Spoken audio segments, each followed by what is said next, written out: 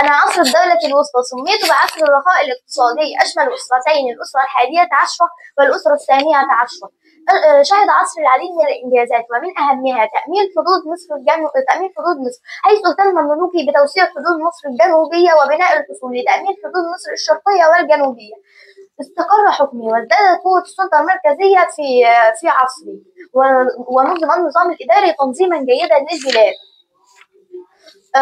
وازدهر النشاط المعماري في بناء المقابر والمعابد، وازدهر الأدب والفنون، وتقدمت الفنون مثل فن الرسم وفن النحت.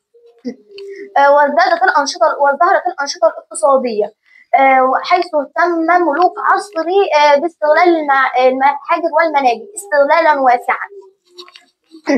وازدهر النشاط التجاري مع البلاد المجاورة مثل فينيقيا وبلاد بونس. وازدهرت الأنشطة الزراعية، حيث اهتم الملوك بتوسيع الأراضي الزراعية وإقامة السدود لتخزين مياه الفيضان. ومن أشهر ملوكي الملك أمنمحتب الثاني، والملك أمنمحات الأول، والملك سنوسرت الثالث، والملك أمنمحات الثالث، والملكة سبكنفر. أنا الملك منتحتب الثاني، يعد عصر بداية لمجد الأسرة 11.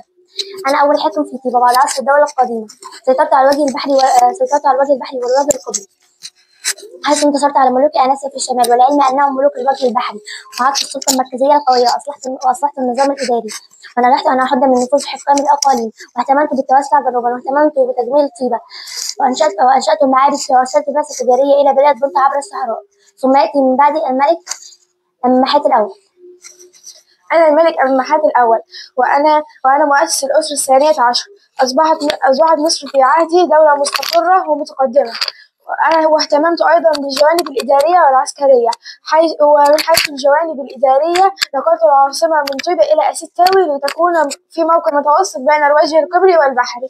أغضحت حكام الأقاليم ومنحتهم الألقاب الرفيعة وقربتهم مني. ومن حيث الجوانب العسكرية طردت القبائل الآسيوية التي أتت مصر عن طريق الشرق، وأقمت سلسلة من الحصون على غرب الدلتا لحماية مصر من الغارات الليبية. توسعت مصر جنوبا في عهدي إلى الجندل الثاني، وأنا أفتخر بأني ابن سيدة من الجنوب. ويأتي بعد الملك سنوسرت الثالث. أنا الملك سنوسرت الثالث، فقد قمت بتأمين مصر والدفاع عنها من جهة الشمال والجنوب. فقد قمت بتأمين حدود مصر والدفاع عنها من جهة الشمال والجنوب، وأيضا قمت ببناء حصني سيدنا وقمنا، ولم أكتفي عند الجندل الثاني، ولم أكتفي بذلك، بل أمرت بحفر قناة سويس ستريت لتربط بين البحر الأحمر والبحر المتوسط، وقد أدى حفر القناة إلى زيادة التجارة بين مصر وجيرانها. أنا الملك أمنمحات الثالث، اهتممت بشؤون الري والزراعة الاقتصادية، حيث اهتممت باستثمار الموارد وقطع الأحجار في شبه جزيرة سيناء. أرسلت 24 بعثة لاستخراج المعادن وقطع الأحجار في شبه جزيرة سيناء. قمت ببناء سد عظيم وهو سد اللاهون عند مدخل بحيرة مونيس لتخزين مياه الفيضان. ووضعت مقاييس للنيل عند الجندر الثاني لمراقبة ارتفاع منسوب مياه نهر النيل. ابنة الملك أمنمحات الثالث، توليت مصر عقب وفاة أمنمحات الرابع. استمر حكم البلاد قرابة 4 سنوات. كنت أول حاكمة تم تسميتها على اسم الإله صبح، رمز بالقوة لحاكم مصر. أهم أعمالي: أسست العديد من المعابد، واستكملت بناء هرم والدي في منطقة هوارة. أنشأت هرما خاصا به في منطقة دهشور.